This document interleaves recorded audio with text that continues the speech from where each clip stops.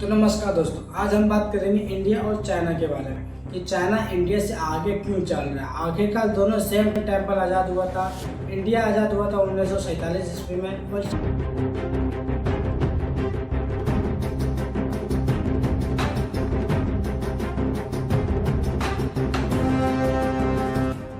China आज़ाद हुआ था 1949 ईस्वी में।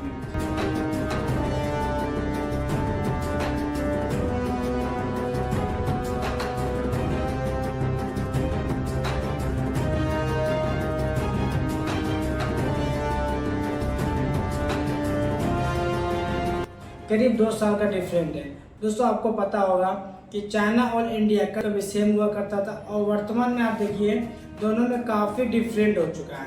तो ऐसा क्या है चाइना के पास जो इंडिया के पास नहीं है, तो इसी का हम डिस्कस करेंगे इस वीडियो। तो आपसे शुरुआत करते हैं। अगर आपको कोई फैक्ट्री स्टार्ट करना है, 5 साल का टाइम लेना चाहिए, तब जाके हम कोई फैक्ट्री को स्टार्ट कर सकते हैं और उसे रनिंग में कर सकते हैं। तो चाइना के पास ऐसा ही है। चाइना के पास क्या, वो कम्युनिस्ट पार्टी है, उसमें वोट वगैरह का कोई सिस्टम ही नहीं है। तो चाइना का जो सरकार है वो आज़ादी से काम करता है। अगर वो चाहेगा कि मुझे ये काम करना चाहिए, कितना भी समय क्यों ना लगे, चाइना वो करके दिखाता है। कोई फैक्ट्री बनाता है या फिर कहीं स्कूल, समय क्यों ना लगे वहाँ पे वो स्टार्ट करता है और उसे फिनिश करता है। और इंडिया में ऐसा नहीं है। अगर आपको फैक्ट्री स्टार्ट करना है तो आपको इससे परमिशन लेना होगा, उससे परमिशन लेना होगा। अगर कभी कभी सरकार मान भी जाती है कि अच्छा ठीक है, तुम यहाँ पे फैक्ट्री स्टार्ट कर सकता है, तो वहाँ का जो आम आदमी है यानी कि पब्लिक लोग है वो नहीं मानता है कि मुझे यहाँ पे कोई फैक्ट्री, वो आंदोलन स्टार्ट कर देता है कि यहाँ पे फैक्ट्री वगैरह नहीं चाहिए, पेड़ वगैरह या फिर कुछ अच्छा ज़मीन है, खेल कूद का ज़मीन है, तो वहाँ पे फैक्ट्री स्टार्ट करना बंद कर देता है। चाइना का मालिक एक है और इंडिया के मालिक 2 है। कभी सरकार मालिक होता है, कभी पब्लिक मालिक होता है।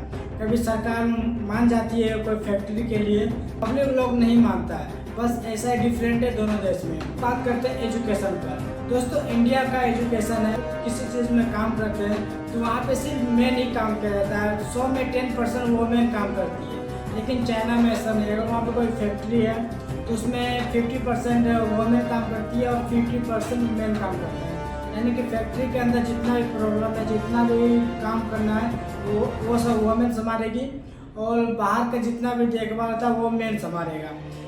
चाइना के जितना भी लोग है सब काम करता है, कोई फालतू का टाइम स्पेंड नहीं करता है।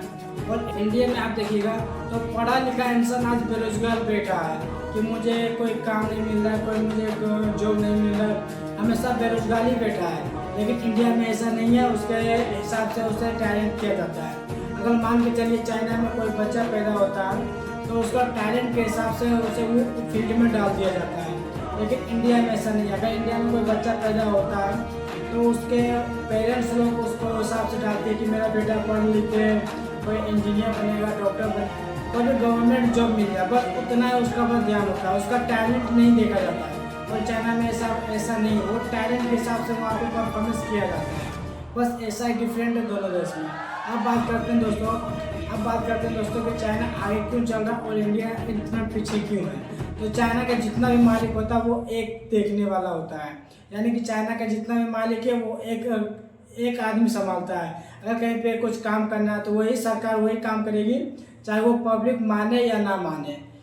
इंडिया में ऐसा नहीं है। अगर कोई काम करना होता है तो वो सबसे पहले पब्लिक लोग से परमिशन लेना पड़ता है, फिर सरकार से परमिशन लेना पड़ता है। उसके बाद यहाँ पे बहुत सारा GST वगैरह काट जाता है, जिसके कारण कोई भी आम आदमी यहाँ पे कोई फैक्ट्री स्टार्ट करना नहीं।